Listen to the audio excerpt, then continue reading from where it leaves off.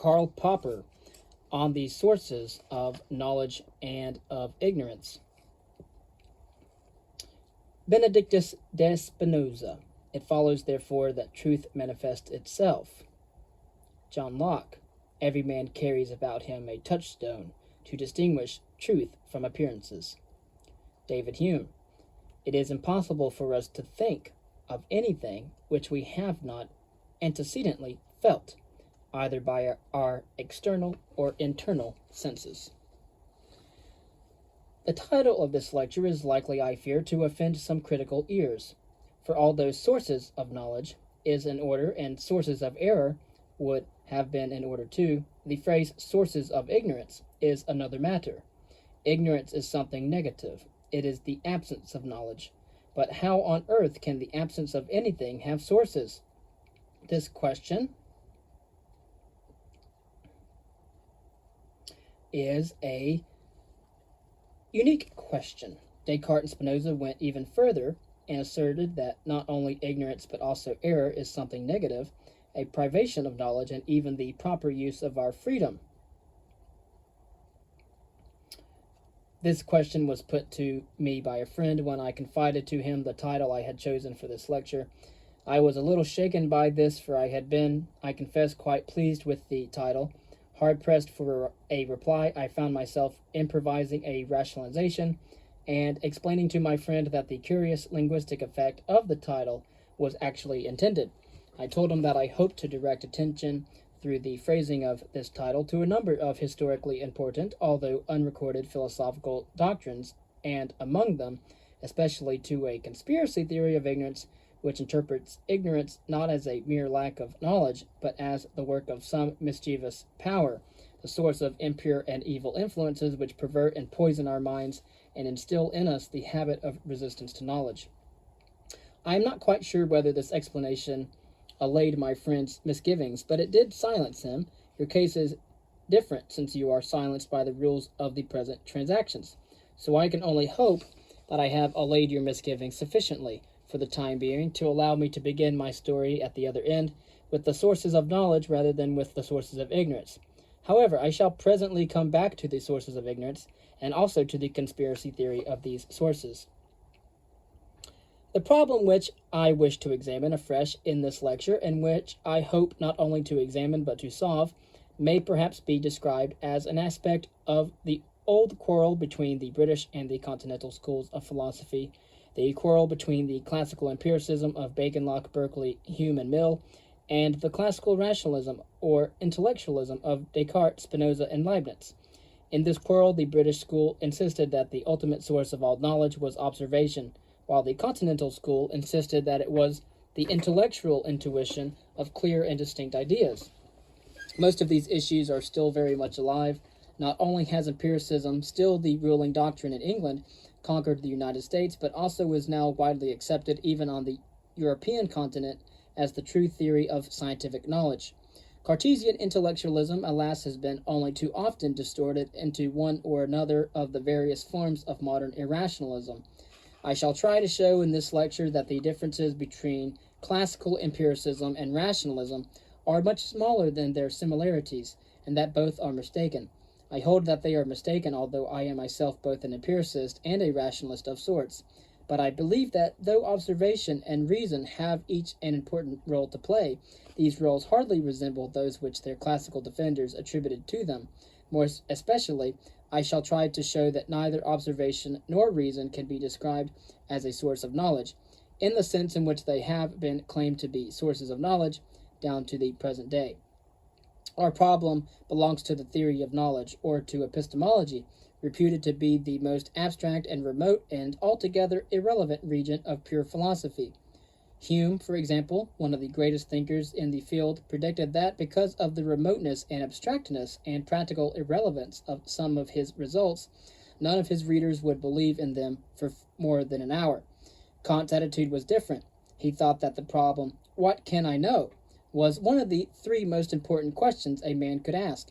Bertrand Russell, in spite of being closer to Hume in philosophic temperament, seems to side in this matter with Kant, and I think Russell is right when he attributes to epistemology practical consequences for science, ethics, and even politics. For he says that epistemological relativism, or the idea that there is no such thing as objective truth, and epistemological pragmatism, or the idea that truth is the same as usefulness, are closely linked with the authoritarian and totalitarian ideas. Russell's views in Let the People Think are, of course, disputed. Some recent philosophers have developed a doctrine of the essential impotence and practical irrelevance of all genuine philosophy, and thus one can assume of epistemology. Philosophy, they say, cannot by its very nature have any significant consequences, and so it can influence neither science nor politics. But I think that the ideas are dangerous and powerful things, and that even philosophers have sometimes produced ideas. Indeed, I have no doubt that this new doctrine of the impotence of all philosophy is amply refuted by the facts. The situation is really very simple. The belief of a liberal, the belief in the possibility of a rule of law, of equal justice, of fundamental rights, and a free society, can easily survive the recognition that judges are not omniscient and may make mistakes about facts, and that in practice absolute justice is hardly ever realized in any particular legal case. But this belief in the possibility of a rule of law, of justice, and of freedom cannot well survive the acceptance of an epistemology which teaches that there are no objective facts, not merely in this particular case, but in any case, and that the judge cannot have made a factual mistake because he can no more be wrong about the facts than he is right. The great movement of liberation, which started in the Renaissance and led through the many vicissitudes of the Reformation and the religious and revolutionary wars to the free societies in which the English-speaking peoples are privileged to live, this movement was inspired throughout by an unparalleled epistemological optimism, by a most optimistic view of man's power to discern truth and to acquire knowledge. At the heart of this new optimistic view of the possibility of knowledge lies the doctrine that truth is manifest. Truth may perhaps be veiled, but it may reveal itself. See the mottos of Spinoza, of God, man, and human happiness.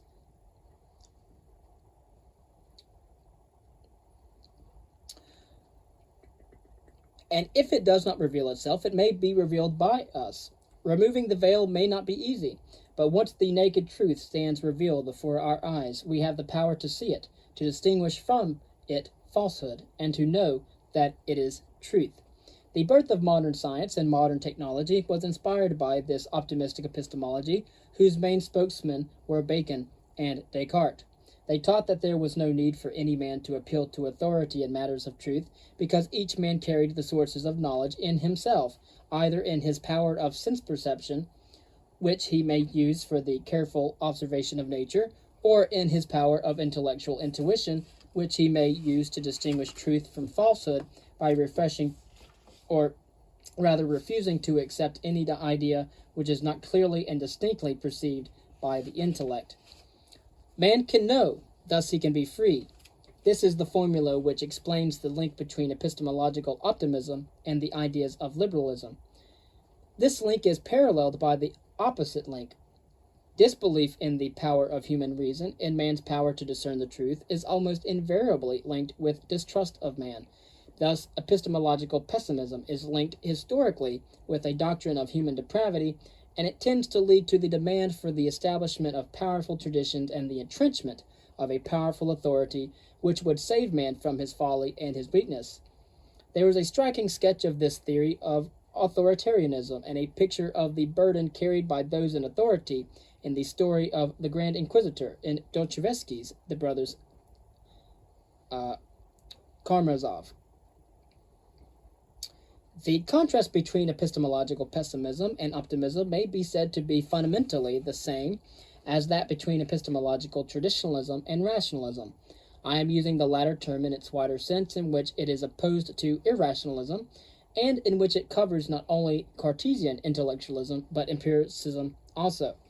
For we can interpret traditionalism as the belief that, in the absence of an objective and discernible truth, we are faced with the choice between accepting the authority of tradition and chaos, while rationalism has, of course, always claimed the right of reason and of empirical science to criticize and to reject any tradition and any authority as being based on sheer unreason or prejudice or accident. It is a disturbing fact that even an abstract study like pure epistemology is not as pure as one might think, and as Aristotle believed, but that its ideas may, to a larger extent, be motivated and unconsciously inspired by political hopes and by utopian dreams. This would be a warning to the epistemologist. What can he do about it? As an epistemologist, I have only one interest: to find out the truth about the problems of epistemology, whether or not this truth fits in with my political ideas. But I am not liable to be influenced unconsciously by my political hopes and beliefs. It so happens that I am not only an empiricist and a rationalist of sorts, but also a liberal in the English sense of this term. But just because I am a liberal, I feel that few things are more important for a liberal than to submit the various theories of liberalism to a searching critical examination. While I was engaged in a critical examination of this kind, I discovered the part played by certain epistemological theories in the development of liberal ideas, and especially by the various forms of epistemological optimism. And I found that, as an epistemologist, I had to reject these epistemological theories as untenable. This experience of mine may illustrate the point that our dreams and our hopes need not necessarily control our results, and that in searching for the truth, it may be our best plan to start by criticizing our most cherished beliefs. This may seem to some a perverse plan, but it will not seem so to those who want to find the truth and are not afraid of the truth. In examining the optimistic epistemology inherent in certain ideas of liberalism, I found a cluster of doctrines which, although often accepted implicitly, have not, to my knowledge, been explicitly discussed or even noticed by philosophers or historians. The most fundamental of them is one which I have already mentioned, the doctrine that truth is manifest. The strangest of them is the conspiracy theory of ignorance, which is a curious outgrowth from the doctrine of manifest truth.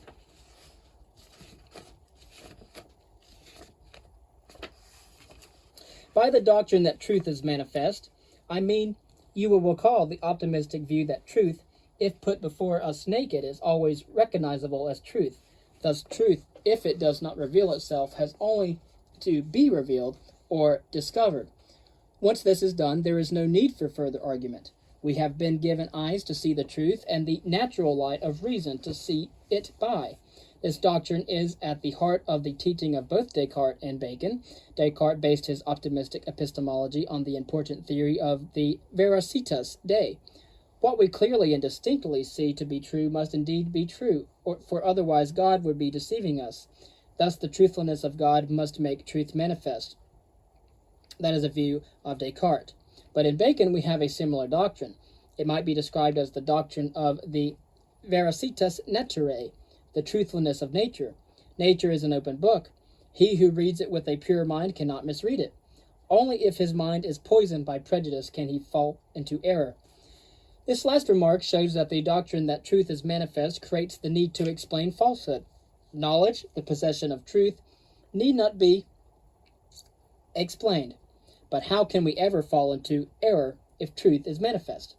The answer is through our own sinful refusal to see the manifest truth, or because our minds harbor prejudices inculcated by education and tradition, or other evil influences which have perverted our originally pure and innocent minds. Ignorance may be the work of powers conspiring to keep us in ignorance, to poison our minds by filling them with falsehood, and to blind our eyes too, so that they cannot see the manifest truth. Such prejudices and such powers, then, are sources of ignorance. The conspiracy theory of ignorance is fairly well known as its Marxian form as the conspiracy of a capitalist press that perverts and suppresses truth and fills the worker's mind with false ideologies. Prominent among these, of course, are the doctrines of religion. It is surprising to find how unoriginal this Marxist theory is. The wicked and fraudulent priest who keeps the people in ignorance was a stock figure of the 18th century, and I am afraid one of the inspirations of liberalism. It could be traced back to the Protestant belief in the conspiracy of the Roman Church, and also to the beliefs of those dissenters who held similar views about the established church. Elsewhere, though, I have traced the prehistory of this belief back to Plato's uncle Critias. This curious belief in a conspiracy is the almost inevitable consequence of the optimistic belief that truth, and therefore goodness, must prevail if only truth is given a fair chance. Let her and falsehood grapple, whoever knew truth put to the worse in a free and open encounter. So when Milton's truth in Paradise Lost was put to the worse, the necessary inference was that the encounter had not been free and open. If the manifest truth does not prevail, it must have been maliciously suppressed. One can see that an attitude of tolerance, which is based upon an optimistic faith in the victory of truth, may easily be shaken. For it is liable to turn into a conspiracy theory which would be hard to reconcile with an attitude of tolerance. I do not assert that there was never a grain of truth in this conspiracy theory, but in the main it was a myth, just as the theory of manifest truth from which it grew was a myth. For the simple truth that is truth, and truth is often hard to come by, and that once found it may easily be lost again. Erroneous beliefs may have an astonishing power to survive for thousands of years in defiance of experience and without the aid of any conspiracy. The history of science, and especially of medicine, could furnish us with a number of good examples. One example is indeed the general conspiracy theory itself. I mean the erroneous view that whenever something evil happens, it must be due to the evil will of an evil power. Various forms of this view have survived down to our very own day. Thus, the optimistic epistemology of Bacon and of Descartes cannot be true. Yet perhaps the strangest thing in this story is that this false epistemology was the major inspiration of an actual intellectual and moral revolution without parallel in all of history. It encountered men to think for themselves. It gave them hope that through knowledge they might free themselves and others from servitude and misery. It made modern science possible. It became the basis of the fight against censorship and the suppression of free thought. It became the basis of the nonconformist conscience, of individualism, and of a new sense of man's dignity, of a demand for universal education, and of a new dream of a free society. It made men feel responsible for themselves and for others, and eager to improve not only their own condition, but also that of their fellow comrades. It is a case of a bad idea inspiring many good ones. This false epistemology, however, has also led to disastrous consequences.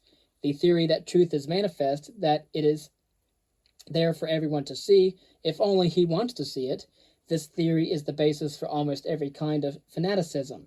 For only the most depraved wickedness can refuse to see the manifest truth, only those who have every reason to fear truth can deny it and conspire to suppress it.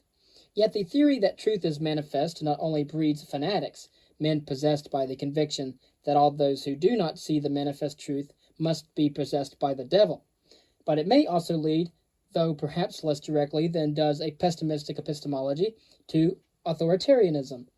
This is so simply because truth is not manifest as a rule. The allegedly manifest truth is therefore in constant need not only of interpretation and affirmation, but also of reinterpretation and reaffirmation and falsification.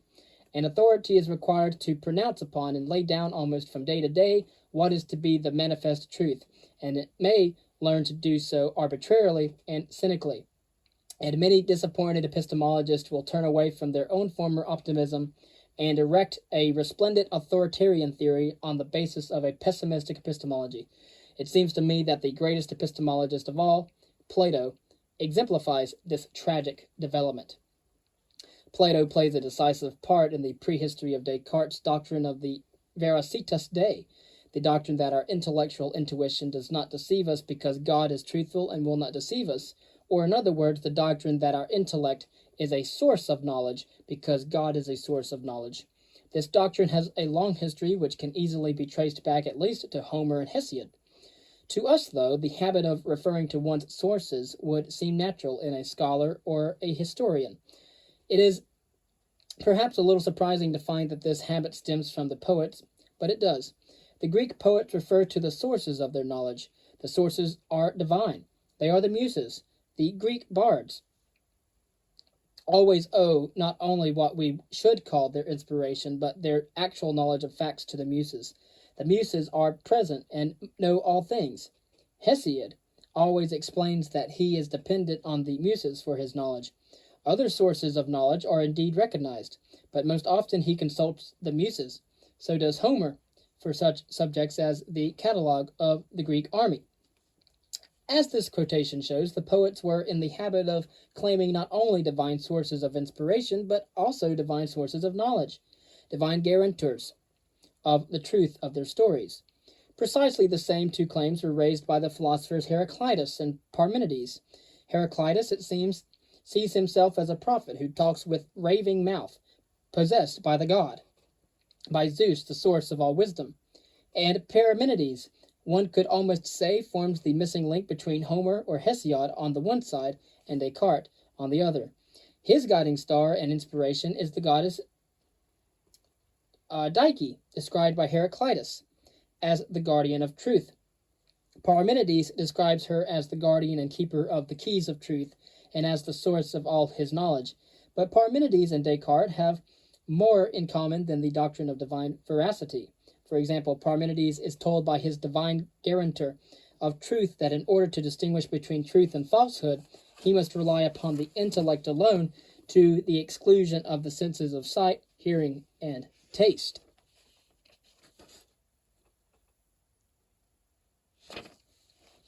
And even the principle of his physical theory, which, like Descartes, he founds upon his intellectualist theory of knowledge, is the same as that adopted by Descartes. It is the impossibility of a void, the necessary fullness of the world. In Plato's Aeon, a sharp distinction is made between divine inspiration, the divine frenzy of the poet, and the divine sources or origins of true knowledge.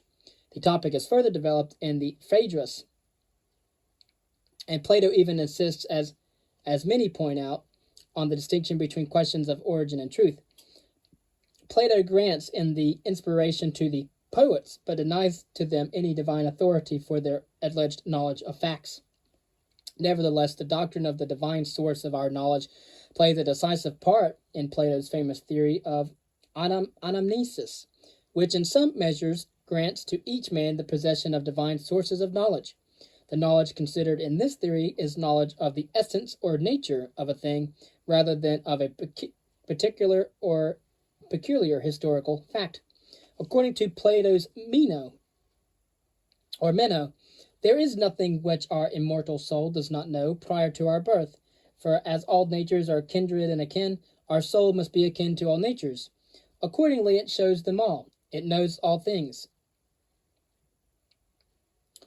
In being born, we forget, but we may recover our memory and our knowledge, though only partially. Only if we see the truth again shall we recognize it. All knowledge is therefore recognition, recalling or remembering the essence or true nature that we once knew, this recognition.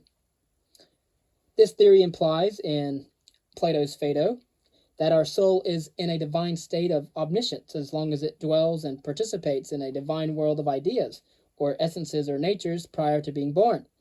The birth of a man is his fall from grace. It is his fall from a natural or divine state of knowledge, and it is thus the origin and cause of his ignorance.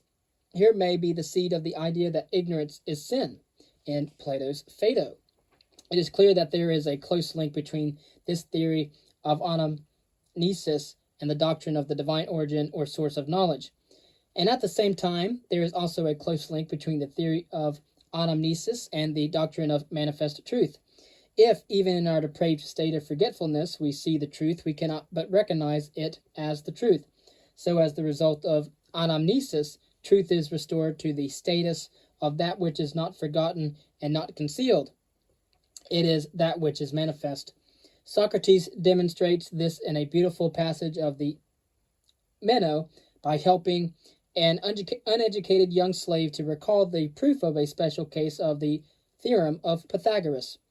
Here indeed is an optimistic epistemology and the root of Cartesianism. It seems that in the Meno, Plato was conscious of the highly optimistic character of his theory, for he describes it as a doctrine which makes men eager to learn, to search, and to discover. Yet disappointment must have come to Plato, for in the Republic and also in the Phaedrus, which I have read all of Plato's dialogues, and this is me saying this, not Popper, but apparently Popper also, more than likely, read all of Plato's dialogues as well, we find the beginnings of a pessimistic epistemology. In the famous story of the prisoners in the cave, he shows that the world of our experience is only a shadow, a reflection of the real world. And he shows that even if one of the prisoners should escape from the cave and face the real world, he would have almost insuperable difficulties in seeing and understanding it, to say nothing of his difficulties in trying to make those understand who stayed behind. The difficulties in the way of an understanding of the real world are almost superhuman, and only the very few, if anybody at all, can attain to the divine state of understanding the real world, the divine state of true knowledge, or episteme. This is a pessimistic theory with regard to almost all men, although not with regard to all, for it teaches that truth may be attained by few, or the elect. With regard to these, it is, one might say, more wildly optimistic than even the doctrine that truth is manifest. The authoritarian and traditionalist consequences of this pessimistic theory are fully elaborated in the Laws of Plato. Thus we find in Plato the first transition from an optimistic to a pessimistic epistemology. Each of them forms the basis of one of the two diametrically opposed philosophies of the state and of society, on the one hand, and anti-traditionalist, anti-authoritarian, revolutionary, and the utopian rationalism of the Cartesian kind, and on the other hand, an authoritarian traditionalism. This development may well be connected with the fact that the idea of an epistemological fall of man can be interpreted not only in the sense of the optimistic doctrine of an anamnesis, but also in a pessimistic sense. In this latter interpretation, the pessimistic sense, the fall of man condemns all mortals, or almost all, to ignorance. I think one can discern in the story of the cave, and perhaps also in the story of the fall of the city, when the Muses and their divine teachings are neglected, in the Republic, an echo of an interesting older form of this idea emerges. I have in mind Parmenides' doctrine that the opinions of mortals are delusions, and the result of a misguided choice, a misguided convention. This may stem from Xenophanes' doctrine that all human knowledge is guesswork, and that his own theories are at best merely similar to the truth. The idea of an epistemological fall of man can perhaps be found, as Karl Reinhardt suggested, in those words of the goddess that mark the transition from the way of truth to the way of delusive opinion. Quote, "But you also shall learn how it was that delusive opinion, forcing its way through all things, was destined to pass for the real. Now of this world, thus arranged to seem wholly like truth, I shall tell you, then you will be never more overawed by the notions of mortals." End quote.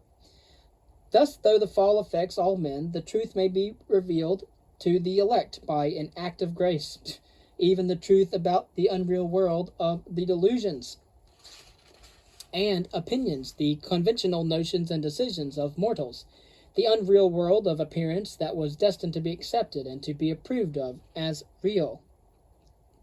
It is interesting to contrast this pessimistic view of the necessity of error with the optimism of Descartes or of Spinoza, who, in his 74th letter in paragraph 7, scorns those who dream of an impure spirit inspiring us with false ideas which are similar to true ones.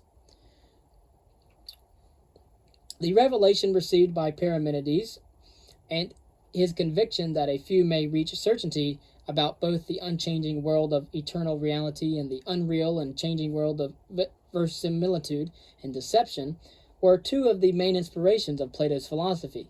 It was a theme to which he was forever returning, oscillating between hope, despair, and resignation. Yet, what interests us here is Plato's optimistic epistemology, the theory of anamnesis, and the Meno.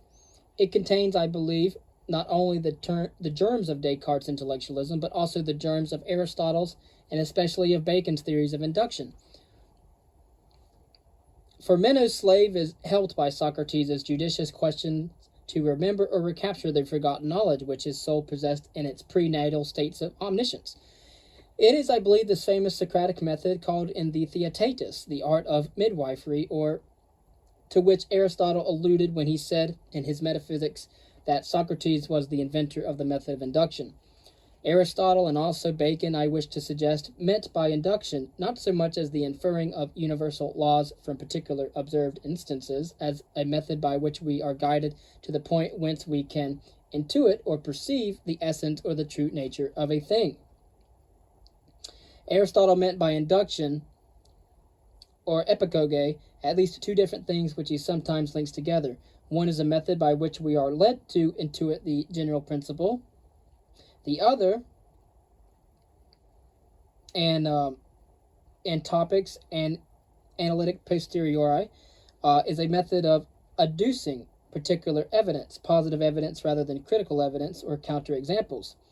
The first method seems to me the older one and the one which can be better connected with Socrates and his method of criticism and counterexamples. The second method seems to originate in the attempt to systematize induction logically, or as Aristotle says in his works, to construct a valid syllogism which springs out of induction. This to be valid must of course be a syllogism of perfect or complete induction, complete enumeration of instances, and ordinary induction in the sense of the second method here mentioned is just a weakened and invalid form of this valid syllogism. But this, even as we have seen, is precisely the aim of Socrates. Its aim is to help or lead us to anamnesis, and anamnesis is the power of seeing the true nature or essence of a thing, the nature or essence with which we are acquainted before birth, before our fall from grace. Thus the aims of the two are the same. Incidentally, Aristotle taught that the result of an induction, the intuition of the essence, was to be expressed by a definition of that essence. Now let us look more closely at the two procedures. The art of Socrates consists essentially in asking questions designed to destroy prejudices, false beliefs which are often traditional or fashionable beliefs, false answers given in the spirit of ignorance. Socrates himself does not pretend to know. His attitude is described by Aristotle in the words, Socrates raised questions but gave no answers, for he confessed that he did not know. And this is in Sophist, Theaetetus. Thus, Socrates is not an art that aims at teaching any belief, but one that aims at purging or cleansing the soul of its false beliefs, its seeming knowledge, its prejudices. It achieves this by teaching us to doubt our own convictions. Fundamentally, the same procedure is part of Bacon's induction. The framework of Bacon's theory of induction is this. He distinguishes in the Novum Organum between a true method and a false method.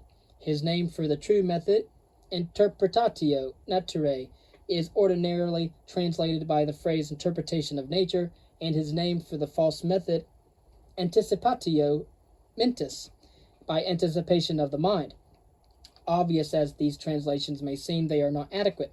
What Bacon means by interpretatio naturae is, I suggest, the reading of, or better still, the spelling out of, the book of nature. Galileo, for example, in a famous passage of one of his works, speaks of that great book which lies before our eyes, I mean the universe. The term interpretation has in modern English a decidedly subjectivistic or relativistic tinge. When we speak of interpretation of the Emperor Concerto, we imply that there are different interpretations, but that this one is the person's own, or the author's own. We do not, of course, wish to imply that a composer is not the best, the truest, the nearest to Beethoven's intentions. But although we may be unable to imagine that there is a better one by using the term interpretation, we imply that there are other interpretations or readings, leaving the question open whether some of these other readings may or may not be equally true. I have here used the word reading as a synonym for interpretation, not only because the two meanings are so similar, but also because reading and to read have suffered a modification analogous to that of interpretation and to interpret, except that in the case of reading, both meanings are still in full use. In the phrase, I have read John's letter, we have the ordinary non-subjectivist meaning. But I read this passage of John's letter quite differently, or perhaps my reading of this passage is very different, may illustrate a later, a subjectivistic or relativistic meaning of the word reading. I assert that the meaning of interpret though not in the sense of translate, has changed in exactly the same way, except that the original meaning, perhaps reading aloud for those who cannot read themselves, has been practically lost. Today, even the phrase "the judge must be interpreter of the law" means that he has a certain latitude in interpreting it, while in Bacon's time it would have meant that the judge had the duty to read the law as it stood and to expound it and to apply it in the one and only right way. Interpretatio juris or legis means either this or else, the expounding of the law to the layman. It leaves the legal interpreter no latitude, at any rate no more than would be allowed to a sworn interpreter translating a legal document. Thus the translation, the interpretation of nature, is misleading. It should be replaced by something like the true reading of nature, analogous to the true reading of the law. And I suggest that the reading the book of nature as it is, or better still, spelling out the book of nature, is what Bacon meant. The point is that the phrase should suggest the avoidance of all interpretation in modern sense, and that it should not contain, more especially, any suggestion of an attempt to interpret what is manifest in nature in the light of non-manifest causes or of hypotheses, for all this would be an anticipatio mentis in Bacon's sense. It is a mistake, I think, to ascribe to Bacon the teaching that hypotheses or conjectures may result from his method of induction, for Baconian induction results in certain knowledge rather than in conjecture. As to the meaning of anticipatio mentis, we have only to quote Locke. Men give themselves up to the first anticipations of their minds. This is practically a translation from Bacon, and it makes it amply clear that anticipatio means prejudice or even superstition. We can also refer to the phrase anticipatio deorum, which means harboring naive or primitive or superstitious views about the gods. But to make matters still more obvious, prejudice in Descartes derives from a legal term, and according to the Oxford English Dictionary, it was Bacon who introduced the verb to prejudice into the English language, in the sense of to judge adversely in advance, that is, in violation of the judge's duty. Thus, the two methods are first, the spelling out of the open book of nature, leading to knowledge or episteme, and second, the prejudice of the mind that wrongly prejudges and perhaps misjudges nature, leading to doxa, or mere guesswork, and to the misreading of the book of nature. This latter method, rejected by Bacon, is in fact a method of interpretation in the modern sense of the word. It is the method of conjecture or hypothesis, a method of which, incidentally, I happen to be a convinced advocate. How can we prepare ourselves to read the book of nature properly or truly? Bacon's answer is by purging our minds of all anticipations or conjectures or guesses or prejudices. There are various things to be done in order so to purge our minds. We have to get rid of all sorts of idols or generally held false beliefs, for these distort our observations. And this is in Bacon's Novum Organum, Organon. But we have also, like Socrates, to look out for all sorts of counter-instances by which to destroy our prejudices concerning the kind of things whose true essence or nature we wish to ascertain. Like Socrates, we must, by purifying our intellects, prepare our souls to face the internal light of essences or natures. This was written in St. Augustine. Our impure prejudices must be exorcised by the invocation of counter-instances. Only after our souls have been cleansed in this way may we begin the work of spelling out diligently the open book of nature, the manifest truth. In view of all this, I suggest that Baconian and also Aristotelian induction is the same, fundamentally, as the Socratic method, that is to say, the preparation of the mind by cleansing it of prejudices in order to enable it to recognize the manifest truth or to read the open book of nature. Descartes' method of systematic doubt is also fundamentally the same. It is a method of destroying all false prejudices of the mind in order to arrive at the unshakable basis of self-evident truth. We can now see more clearly how, in this optimistic epistemology, the state of knowledge is the natural or the pure state of man, the state of the innocent eye which can see the truth, while the state of ignorance has its source in the injury suffered by the innocent man and his fall from grace, and an injury of the eye which can be partially healed by a course of purification. And we can see more clearly why this epistemology, not only in Descartes, but also in Bacon's form, remains essentially a religious doctrine in which the source of all knowledge is divine authority. But one might say that encouraged by the divine essences or divine natures of Plato, and by the traditional Greek opposition between the truthfulness of nature and the deceitfulness of man-made convention, Bacon substitutes in his epistemology nature for God. And this may be the reason why we have to purify ourselves before we may approach the goddess Natura. When we have purified our minds, even our sometimes unreliable senses, held by Plato to be hopelessly impure, will be pure. The sources of knowledge must be kept pure, because any impurity may become a source of ignorance.